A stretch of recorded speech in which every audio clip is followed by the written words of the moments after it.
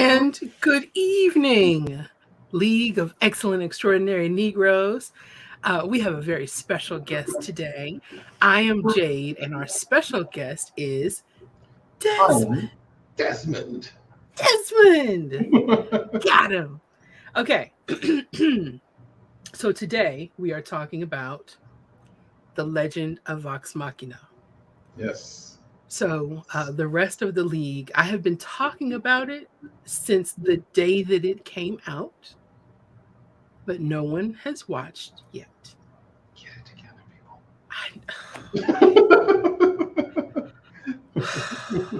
I know, but they'll catch up, and then they'll be like, "Oh my gosh!"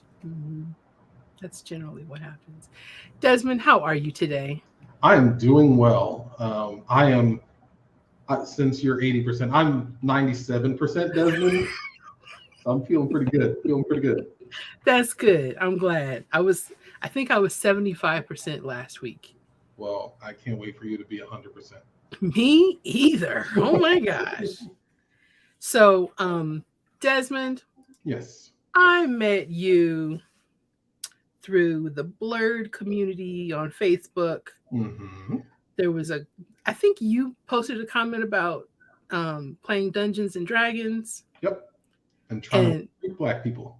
And I said, wait a minute, a Black Dungeon Master? I need to know you. And here you are. And you have played in 2 of my mini campaigns, and we're kind of in the middle of the second one. Yes. Taking a little mental health break there and actual health break. So, but we're going to get back to the virtual table very soon. Yes. One of my favorite campaigns. It was just a thing that I think was supposed to be longer than it was. But my partner, my girl, she ran up on the people that we were supposed to fight and said, wait, can I just fight that one person? Yes. Yeah.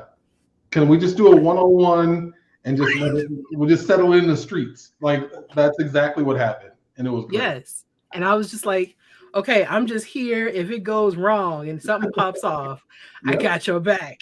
Somebody tried to jump you from, we've all right. We've been there. We've seen I was like, and this is just like a side quest.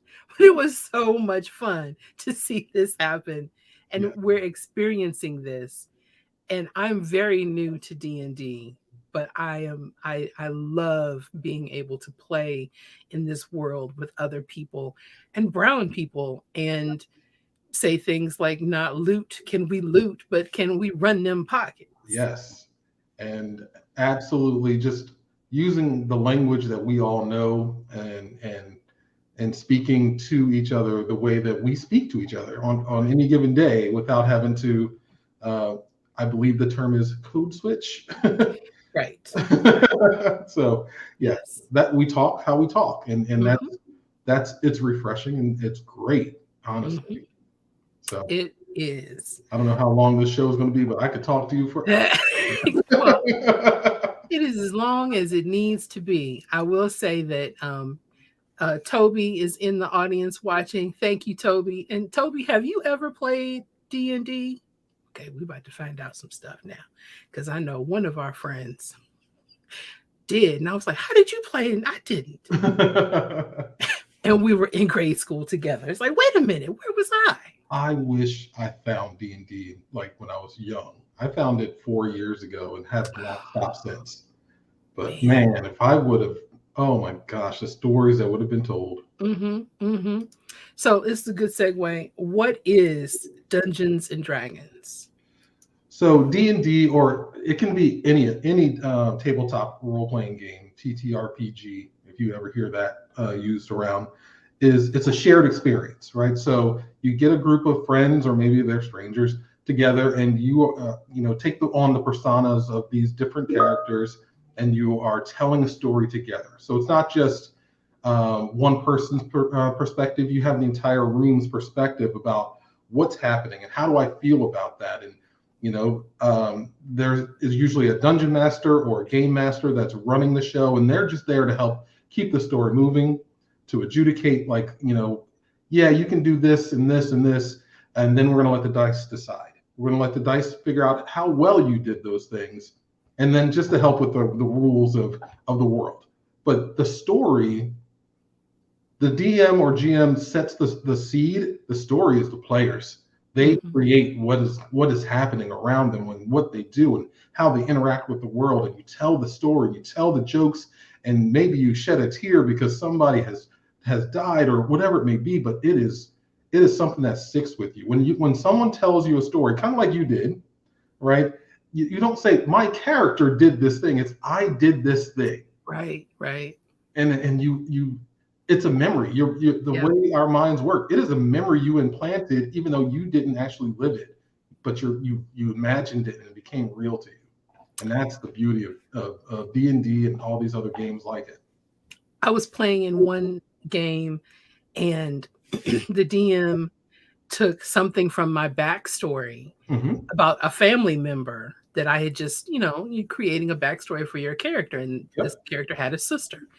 And while we're in the middle of going to find something on this quest, we've stumbled upon a person that has been turned into stone, and it ends up being my sister. And I'm just like, it's classic. What is happening? Yep. And in the moment, I'm like, oh my God, this is all about me. And also, oh my God, what am I supposed to do now? Like all at the same time. It changes your character's perspective about how they react with the world, how they view the world, what their place is in the world. When a DM adds your story into it, that's what it makes it more real. Yeah, it definitely did for me, and that's one reason why I love it, and why I love this show. Yes. Because I'd set up to talk about what D&D is, because that's where this show it all comes from. So the show is The Legend of Vox Machina.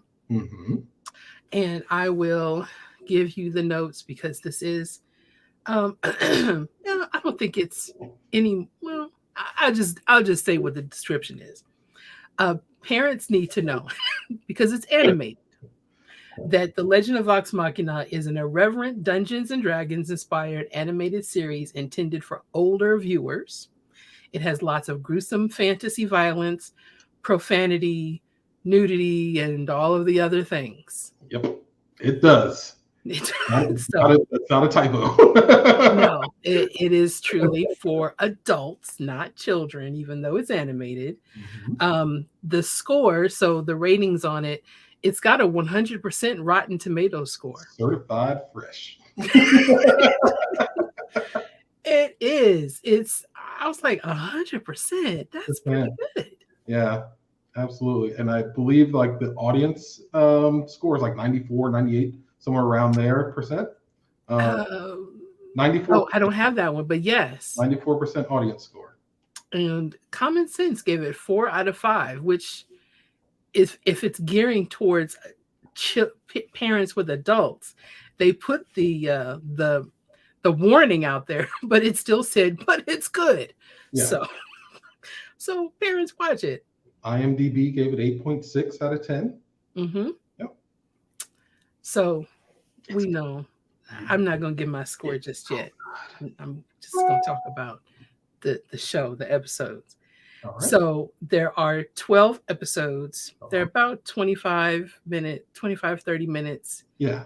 Each. Yeah. And where does this come from? I'm just going to let you say, where does this show come from? So the Critical Role group were just a bunch of friends who got together for one of their birthdays, Liam's birthday, I believe it was, who was one of the characters, one of the main cast members, and they all just got around and played D&D, and they got hooked.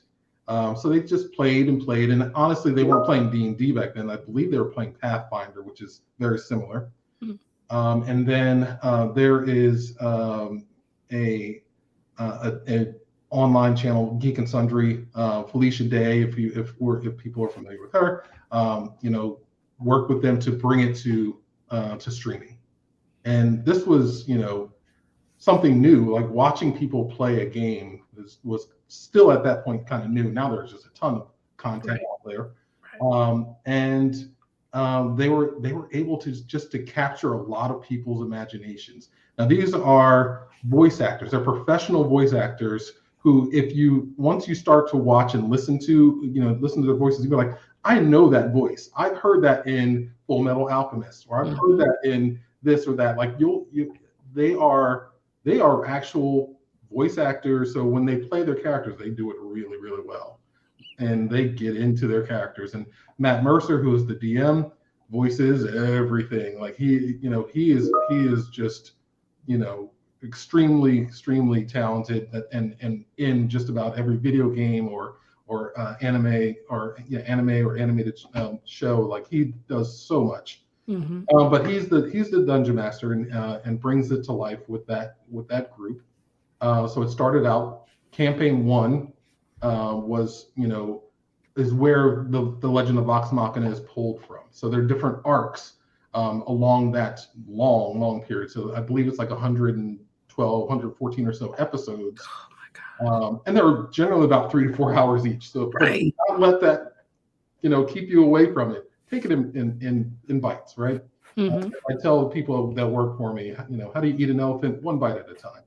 So, so this arc is the Briarwood arc, and it tells a lot about I don't want to ruin it for people, but it tells a lot about this particular portion of their story. So we're talking about maybe 20 or so episodes of the actual gameplay, which is about 4 or 5 hours, 4 or 5 hours each, all boiled down to 12 episodes, 22, 25 minutes each. So it's like giving you the best parts, but it's very, when you're watching the animated show, it flows really well. And you do not have to have even watched a single episode of Critical Role ever in your life to really get into this animated show. And the thing that I love about it is, if you're wondering what D&D is, and you're curious at all. So Toby, you never played. You were like me. We were not exposed to Dungeons and Dragons. Yeah. If you're curious at all, this animated series shows you what it's like in the minds of the people playing. Right. That's exactly. You're envisioning this. Right. Absolutely. And that's why I feel like it's just so great, because you're seeing how they played this game in it wasn't, I think that the majority of this story is what they developed at the table in the play. Yes. Like what you see in the animated show reflects things that happened actually at the table, including, and this is what's brilliant about it, when the dice at the table come up with a 1 and it's a critical fail, like that made it into the show. He goes to shoot his gun and it jams up on him, and, right. In the animated show. You have that realism. It's not just, we're going to take the best parts when we were at our best and doing all the great things and just showcase that. It's like, what happened along the way? Right. Where did we fail? Where did we succeed? What was a great plan that didn't work at all? And then what did we improvise that was perfectly, executed? So. And it's not a written script. It's literally based on the gameplay, so that everyone playing at the table had a contribution in what you see. Absolutely. So this is probably one of their early Yep, this is games. Still in Sundry, I believe. Yep. They only had 20,000 subscribers, which is okay. Yes. It's a whole lot more now. That's early. And then we moved to, they got a lot more subscribers. I think that's when they moved on to YouTube and maybe Twitch. Yep, absolutely. Twitch. Yep. And then the development of, fan art and depicting these characters. The fan base is amazing. Yeah. Because when you start off, you're creating a character that is only in your imagination. Right. And then cosplaying as their characters, which I think is just, I want to get to that point with one of my Oh my characters. gosh, yeah, I am going to get there. And then actually using their voices to voice their animated characters until we get this. Absolutely. So the progression, you know, I don't know why. I just so it feels so hokey to say, but the progression is just a beautiful thing. That Sure. they were doing this thing for themselves. They were just playing a game and never thought that people would even really want to watch them play. And I have seen some early episodes. I have not seen many because it's like 4 hours and you sitting there just watching somebody play. But I get it. And their fan base does sit and watch them play. Yes. And it was also when I started Me off, too. when I decided I really wanted to play, someone pushed me back to in that direction. Okay, now watch and see what happens Yeah. in their gameplay, and then you get a sense for what your play style could be like and how things develop in a game. How you relate to each other at the table. Mm-hmm. When you go from that to translate it to something like The Legend of Vox Machina, you talk about that fan base, and this all started with a Kickstarter. Hey, we want to have just a 22-minute short, just kind of like showing about the world, right? Right. We need what, $750,000 for the animation, the act, the town, and all that. Mm-hmm. I know you probably have this in your notes too, but it just still amazes me to this day. What they raised $11 million, $11 million, and with all the stretch goals, it brought us to this point with 12 episodes. This is season 1. They've already been signed for season 2. So, Right. And I think initially they had enough for they raised enough to do the majority of the season, and Amazon decided, okay, well, we'll just give you some more to complete the season yep. and season 2. Yep. So Hey. you got a dream, go with it. Yeah. Oh, so the who's who. All All right. right. So do you want to say anything about anybody? They're all amazing. But yes, you have these eight people here, with Matt Mercer in the bottom right. He's the dungeon master or game master. You've got some incredible talent. Laura Bailey playing Vexalia. You've got Ashley Johnson, who is Pike. Now, if you ever watch the actual live show, she's kind of in and out in campaign 1 because they all had real jobs, Mm-hmm. So she was on another show on, I believe, NBC. Marisha Ray as Keyleth, Travis Willingham as Grog the Barbarian, Taliesin Jaffe as Percy, Liam O'Brien as Vaxildon. So Vax and Vex are brother and sister. They're twins. Mm-hmm. Little trivia: Liam and Laura actually share the same birthday, which is where that came from. Oh. And Sam Riegel, who plays Scanlon, who plays one of my favorite characters ever just imagined, because he is hilarious. He plays a bard, and he is a prototypical bard in every sense of the word. And he's absolutely, they're all amazing. I would say Madness. I have an affinity for Sam Riegel's Scanlon, that's for sure. I do as well. And I will say, I didn't know any of these people except Ashley Johnson because she's been on television shows that I recognized her face. Yes. A lot of the other people is like, I don't know any of these people. And I may know their voice from voice work, but Mhm. I didn't know them from, anything on the street. But they did get some really interesting people to come in and voice some of these Oh characters. my gosh, they got so much talent.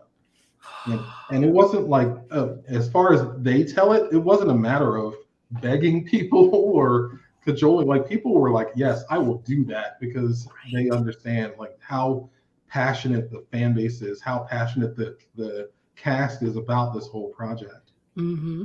And Gina Torres, I mean, just her alone. Mm-hmm. Yeah. I mean, and she's in a lot. She's in a lot of this story. Yes.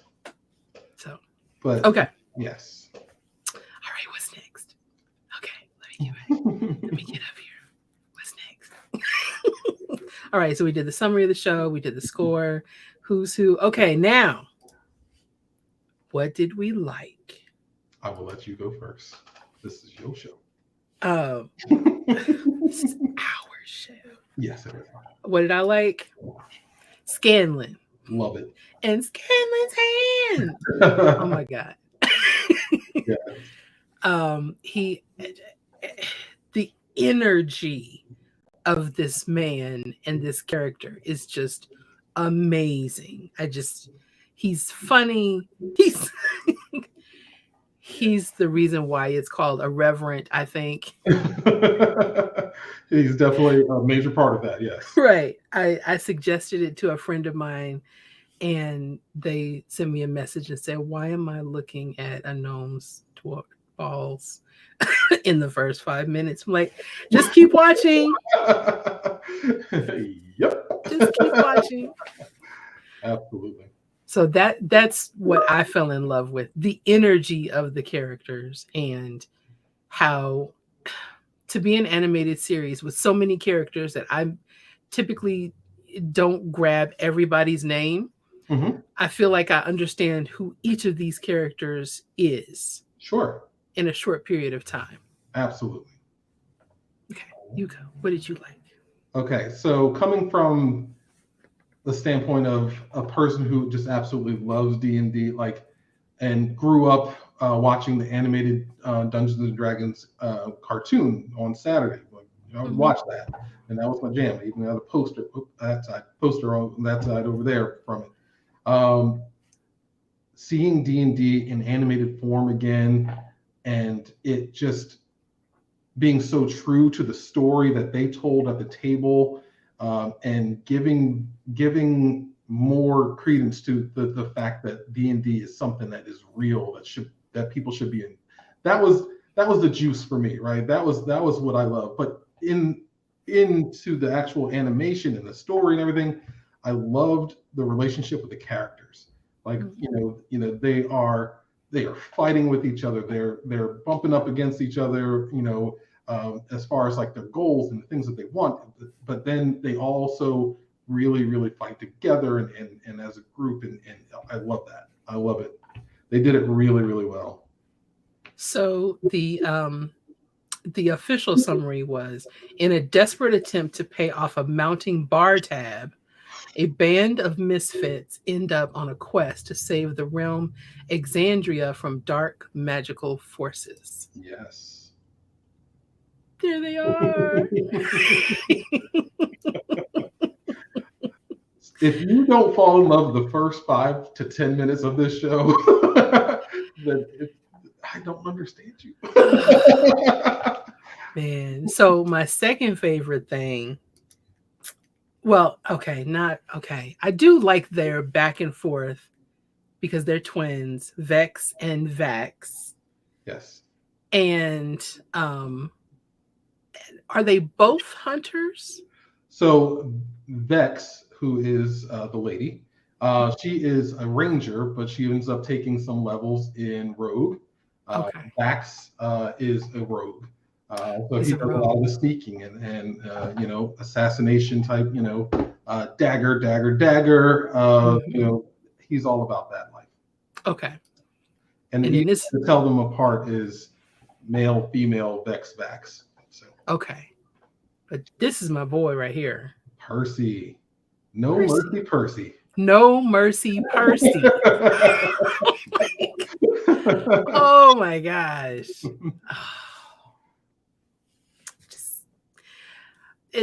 It's interesting to see exhibited the different styles. Mm-hmm. The other characters look more, their outfits are more medieval. Percy is steampunk. He is absolutely steampunk. And but it still fits. Like, it feels real. It doesn't feel forced at all. And that character is based off of a subclass, as far as the game itself, that Matt Mercer created, Gunslinger. Mm. And there's definitely some extra parts in there when you watch the show that definitely will show up. But I mean, Yeah. that character goes through a lot throughout the 12 episodes, and you really get to know a lot about these crazy folks, but a lot about him. And in not a lot of time. Not a lot of time. I knew that I immediately loved Keyleth Hmm. because she's a druid, right? Yes, and that's She's what an you elf played in druid. our game, You said what? and that's what you played in our game with the druid. Yes. Yes. And she's an elf druid. So Yes. I'm always an elf. But they're so much fun to be, right? I mean, Yes. they are. I like my half elf. We just don't, necessarily disclose what the other half is. So it could be It could be anything. And then Pike. Pike, Trickfoot, the cleric. And it's interesting what she goes through and when she is away. Hmm. And when she's away, it's because she was not playing the game because she was working. Correct. But I like how she didn't just go away and disappear. Like they gave her own little arc about finding yourself Mhm. and exploring who you are and your relationship to your own deity, that what you believe in, and like faith, like that. This is an animated show, but we're talking about so many real things, Yeah. and what people actually go through when you have a crisis of faith. Right. And she comes back spiritually stronger. Like, Ridiculously strong. who would expect that in a game, especially D&D? Hmm. But there you go. And she runs around with a bear. Yes, Trinket. That's actually uh, Vex's. I almost got it wrong. That's Vex's bear. Oh, that's Vex's bear. Yes. So yes, she has a bear Trinket who, if you've ever played a ranger, you can have an animal companion, and that is theirs. Good old Trinket. Okay. All right. So, what could have been better? All right. So if you don't mind, I'm just going to jump in Go right ahead. because so once again, this is about D&D, right? This is about how these characters brought a D&D game to life. But because of licensing and things like that, it doesn't necessarily, if you watch the show, it doesn't say this is D&D. But we know it's D&D, right? So we know it's an RPG. So when you see stuff like Scanlan's Hand, in the actual game, it's not called Scanlan's Hand, it's called something else, right? So then when they're casting these spells or they're doing these things, you're like, I know what that is, but it's called something else. Or this god is called this in the animated versus what it happens at a table. I would have liked for it to sing a little bit more D&D, but that's just me being picky, right? Because I still love it, but if you've never played D&D before in your life, you would never have noticed. Right. They're just doing their thing. They're doing these magical, fantastical things without any thought to where it came from. But it still looks great, and it just still works, and it's wonderful. But I just wish whether there was an issue with WotC, the Wizards of the Coast, or something, or whatever it may be. I just wish it was like, this is X, Y, and Z directly from D&D from the table. That's my only thing. That is literally the only thing. And I never really even thought about it because I don't know my own spells well enough. So I definitely don't know other.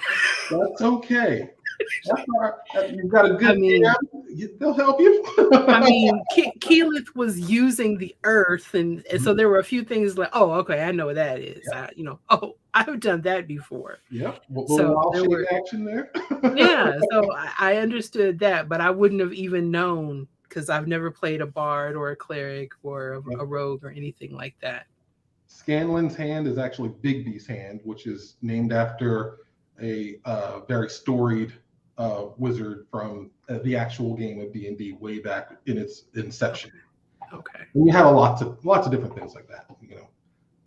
I think the only thing that could have been better for me would be more episodes.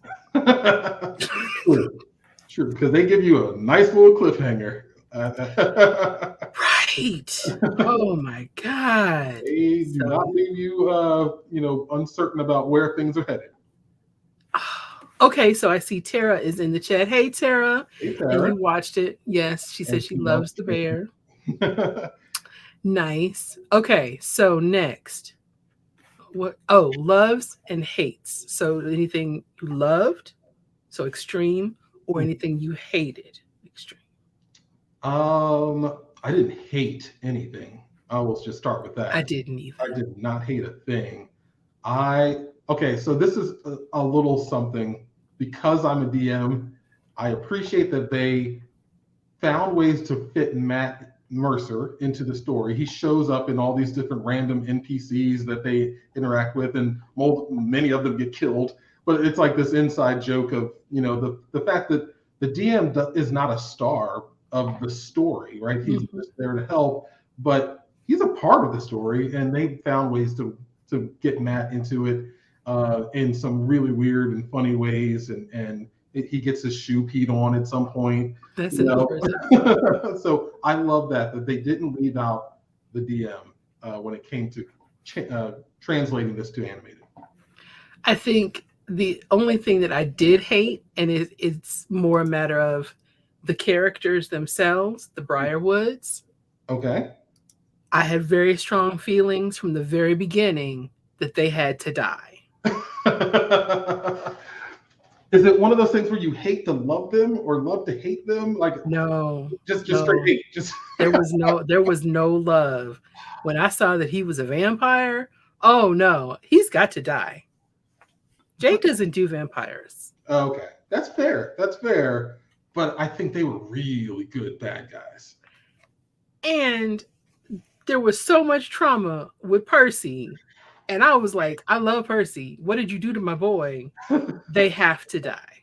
Yes. So you hate the Briarwoods. That's fair. That is absolutely fair. And hard to kill. What about your? Did you give us your love? What was the thing you loved? I love the whole thing. I love the relationship with all of the characters, and that you can see that so quickly and so easily, that you knew that Pike and Grog they had some kind of relationship outside of this group, and Vex and Vax, and so you knew that there were people that were probably knew each other before they banded together. Yeah. I love Well, yeah, that translates from the fact that the story began off screen with them playing around the dinner table, and then some of these relationships formed in their backstories and things like that too. So they did a really good job of bringing that to life. And yes, Tara, that is a color changing D20 behind me, and it is awesome. If I could have more, I would, but energy bills. So, all right, I guess that brings us to the last question. What's your score for this season one of The Legend of Vox Machina? There is no way I would ever give this thing anything less than 5 out of 5, right? So it was just so well done. It is funny. It is traumatic. It is dramatic. It scratches all the itches that you may have. If you love fantasy, you're going to love this. If you are a fan of D&D, you're going to love this. If you love animated shows or penis jokes, I'm going to try to keep I knew I knew Scanlon was gonna come up again. but it's all in there, and that's what. How can you? I mean, obviously there are some people who may disagree, but it's a 5 out of 5 for me. It's definitely a 5 out of 5 for me. It might be 35. I saw the first season, and at the end, well, the way that they rolled it out, so they rolled it out over 4 weeks, and they gave you 3 episodes each week for 4 weeks. And I appreciate that they did that, because they're just 25, 30-minute episodes. Yep. So to be able to see three and get a good hunk of story, and every whatever that day was that they dropped, Friday or whatever, I was ready for it to show up in my queue Yes. because the cliffhangers were like, what? And I really felt like I remember feeling like at being at a table and you stop at a point in play where it's Mhm. like, how are we gonna get through this? And that's where we're going to end for the night. And then you're like, wait, what? We have what? Yeah. Yeah, So absolutely. it definitely So, was 5 out of 5 for me. I Okay. mean, So anybody that is watching, if you saw The Legend of Vox Machina, would you please share your score? Let's see, we've got Thet Jeb, the TJEB, I don't know how that is. 5. 5. We're right there with you. We're right there. Tara, you said you loved the bear. What was your score, Tara? Yes, Tara, let us know. We want And to- in the meantime, while we're waiting, so I always ask, where can we find you in the world, social media? Oh, okay, Because that when world. right, that world. Not the real world. I mean, I know where you are, so I'm glad somebody does. you ain't close. I'm not. I am on Twitter at LeDeluge22. So LEDELUGE 22. That's also Facebook LeDeluge, no 22. And on Discord, I have a Discord where I try to pull blurs and people of color together to, if it's your first time and you don't know anything about it, I'm your Sherpa. Is that the right word? I don't think that was the right word. I'm your guru. I'm the person Right. who guides you along this path.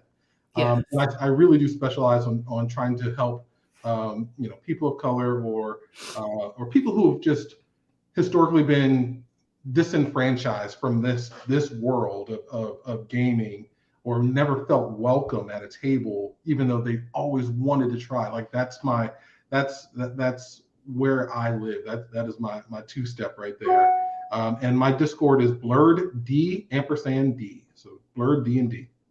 Okay. If you want to put that in the private chat or the chat, and we'll share that out with folks if they want to find you on Discord, we'll say Tara 5 with an exclamation point. Absolutely. And I have said before that I wish that I had been introduced to D&D when I was young, because when I really understood what it was and the fact that it's cooperative play, socialization, critical thinking, problem solving skills, Yes. and working with others, like that's the stuff that our kids need. Absolutely. Absolutely.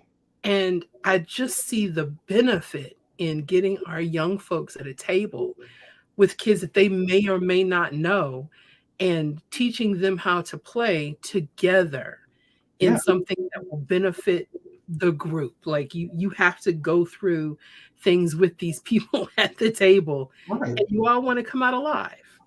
But I mean, to your point, you're talking about giving other people a chance for their character to shine. Allowing other people to have the spotlight, who are going to turn it over to you to have the spotlight, and that cooperative gameplay is, how we need to be social right now. Like we need people to be able to work together. Mm-hmm. Sitting at work and working on a problem with other people who are different than you, whether it be in whatever context, you need to be able to do that. And if you can do it in D&D, you can do it at work. So. But it's just such an important. There's such important skills to learn young. Yes. And critical thinking. I think I probably say it every other day. Our young people, many of them are lacking critical thinking skills. Yes. Unfortunately, we don't really teach them, that as much as we should. Yes. And I know people are trying. Don't get me wrong. Don't come at me. Right. No, I know. Trying, but We're not catching as many as we should. There's a lot that fall through the cracks. Yes, I'll just say it like that. absolutely. Okay. Well, before we close for today, let's see what we have going on this week. Oh, Thursday, Arsenic and Adobo at 7 p.m. on Zoom. We're going to be talking about that book. It's a really good book. I read it. I read it all. Nice. There are other people that lead the book club, so I don't always read all of the book if I don't have time because I'm reading 2 books. Anyway, I've just amped up my reading schedule for the week, for the year. My goal is to read a book a week. Okay, good. Well, and I'm ahead of schedule so far. Coming from a person who manages 9 bookstores, I appreciate that. That is my goal for the year. What you are doing. Okay, so that's Thursday. And then Friday, we're going to have our conversation with Austin's Caroline, Celeste Butler, and Demetria Geralds about what is steampunk to get you ready for the Steampunk Tea Party in June. Yeah.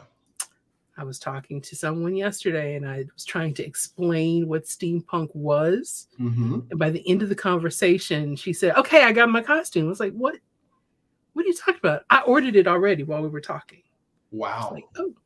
Then you did a really good job. I guess I did. She sent me a screenshot of what she ordered. And I was like, that is all steampunk. And that is not what I would have expected you to wear. So good on you. Okay. Y'all branch out. There's so much wonderful stuff out there. It really is. And it may seem like it is for other folks, but it is for us. It is for us. It is for us. Take it all and just enjoy it. Make it your own. Make anything that brings us joy. Make it all about you and your peoples. Okay, so also on Saturday, we got 2 things on Saturday. Ooh. Candyland Family Fun Weekend is Friday to Sunday. We will be there Saturday from 9 to 2. If you would like to volunteer and you're in the local area, I still have room for volunteers because I'm not supposed to be there that long. But I will be there for as long as my 80% will allow me to be. You're gonna be at least 87 by then. And the last thing for the week is our charity board gamer fundraiser. And so what we've done is we've merged the house virtual game night with the charity stream, and we're going to play Werewolves at 7 p.m. Central Standard Time on Twitch as a part of our game night and the charity board gamer fundraiser. And this is a fundraiser for the House of Afros, Capes, and Curls. So even if you don't donate, please show up in Twitch and give the house a shout out. Absolutely. And everybody signal boost. What is signal boosting? So if you're on socials and you see something wonderful like this, you've got to just forward that to all your folks. Just keep on passing it. So just, we just putting that love out there. We have to boost each other and promote each other. Absolutely. Tara, Toby, and anybody else that is watching, everyone else that is watching, thank you so much for joining us today. Desmond, it has been a pleasure. Thank you for having me.